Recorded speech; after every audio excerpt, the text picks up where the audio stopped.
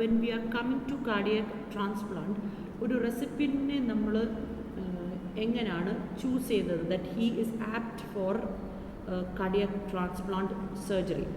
And the main indication എന്ന് പറയുന്നത് that patient should be having an end stage of heart disease where nothing can be done, total incapacity of working of that heart, and അത് വെച്ചുകൊണ്ടിരുന്ന് കഴിഞ്ഞാൽ secondary complications like wide spread coronary disease spread ചെയ്യാനായിട്ടുള്ള ചാൻസസും കാണുവാണെന്നുണ്ടെങ്കിൽ ആ ഹാർട്ടിനെ dispose ചെയ്യുന്നതാണ് ഏറ്റവും ഉചിതം എന്ന് തോന്നുന്ന സിറ്റുവേഷനിൽ അങ്ങനത്തെ ഒരു പേഷ്യൻറ്റിനെയാണ് നമ്മൾ റെസിപ്പിയൻ്റായിട്ട് എടുക്കുന്നത്. ഇനി അതുകൂടാതെ ഇനി ഇഡിയോപ്പത്തിക് കണ്ടീഷൻ വെയർ നമുക്ക് പ്രിസൈസായിട്ട് അതിൻ്റെ രോഗം എന്താണെന്ന് സ്ഥിരീകരിക്കാൻ പറ്റുന്നില്ല, ഇഡിയോപ്പത്തിക് അല്ലെങ്കിൽ റുമാറ്റിക് കാർഡിയോമയോപ്പത്തീസ് ഉള്ള പേഷ്യൻസ് ആണെന്നുണ്ടെങ്കിൽ these are all indications for cardiac transplant. ഇങ്ങനത്തെ കണ്ടീഷൻസിൽ ദർ ഇസ് നോ റെമഡിയലായിട്ട് ഒരു ചികിത്സ ട്രീറ്റ്മെൻറ്റ് ഇല്ല, കൺവെൻഷണൽ മെഡിക്കൽ അല്ലെങ്കിൽ സർജിക്കൽ ട്രീറ്റ്മെൻറ്റ് ഇല്ലാത്ത പേഷ്യൻസിൽ ആൻഡ് ഇൻകറക്റ്റബിൾ ആയിട്ടുള്ള കൺജനൈറ്റൽ അബ്നോർമാലിറ്റീസ് ഉള്ള പേഷ്യൻസ്, ഇങ്ങനെ ഒക്കെ വരുന്ന patients they are indicated for cardiac transplant. Now, in order to undergo transplant, it is essential that the recipient is assessed before acceptance into the transplant program, and in addition to this assessment, some criteria should be taken under consideration. So there are 5 things that you should take under consideration when you are taking this patient into this cardiac transplant program.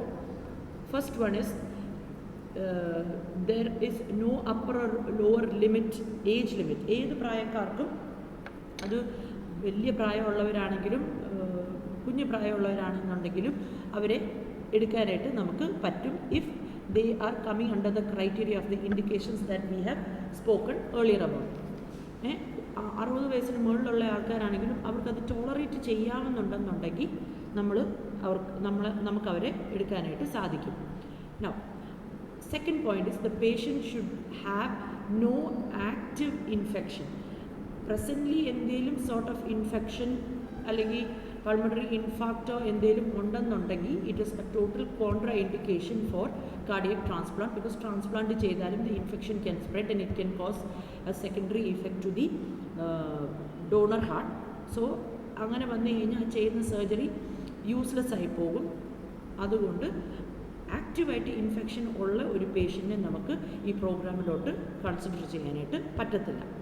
The third point is the patient should have a strong will power, motivation, ഒരു survive ചെയ്യണം എന്നുള്ള, അല്ലാതെ സ്വയമേ mentally he's giving up അങ്ങനെയുള്ള patient നമ്മൾ surgery ചെയ്താലും it is A waste of heart എന്നേ പറയത്തുള്ളൂ. ബിക്കോസ് അതിലും മോട്ടിവേറ്റഡ് ആയിട്ട് അവർക്ക് സർവൈവ് ചെയ്യണം എന്നുള്ള ആഗ്രഹമുള്ള പേഷ്യൻസിന് ആ ഹാർട്ട് കൊടുത്തിരുന്നെങ്കിൽ അവർ സർവൈവ് ചെയ്യുമായിരുന്നെങ്കിൽ ഇങ്ങനെ മോട്ടിവേഷൻ ഇല്ലാത്തൊരാൾക്ക് അതൊരിക്കലും നമ്മൾ റെക്കമെൻഡ് ചെയ്യത്തില്ല. സോ അവരുടെ psychological stability is always important to be assessed before they enter into such program. And അവർക്ക് ചുറ്റിനുമുള്ള സപ്പോർട്ടീവ് ബാക്ക്ഗ്രൗണ്ട്, സപ്പോർട്ടീവ് ആയിട്ടുള്ള ആൾക്കാരുണ്ടോ ഇല്ലയോ എന്നുള്ളത് ഈ ഒരു പ്രൊസീജിയർ മാത്രമല്ല, അതിന് ശേഷമുള്ള സ്റ്റേജസിലുള്ള പ്രോഗ്രാംസ് അവർക്ക് ചെയ്യാനായിട്ടുള്ള ബലവും ഉണ്ടെന്നുള്ളത് നമ്മൾ ഉറപ്പ് വരുത്തിയാൽ മാത്രമേ അവർക്ക് ഇങ്ങനത്തെ ഒരു മേജർ സർജറിയിലോട്ട് കൺസിഡർ ചെയ്യാനായിട്ട് പറ്റുള്ളൂ. Now, the fourth one is raised pulmonary vascular resistance is an absolute contraindication. That is, pulmonary vascular resistance ഉണ്ടെങ്കിൽ that is going to affect the heart again. The heart can again go into hypertrophy and അതും നശിച്ചു പോകാൻ സാധ്യതയുണ്ട്.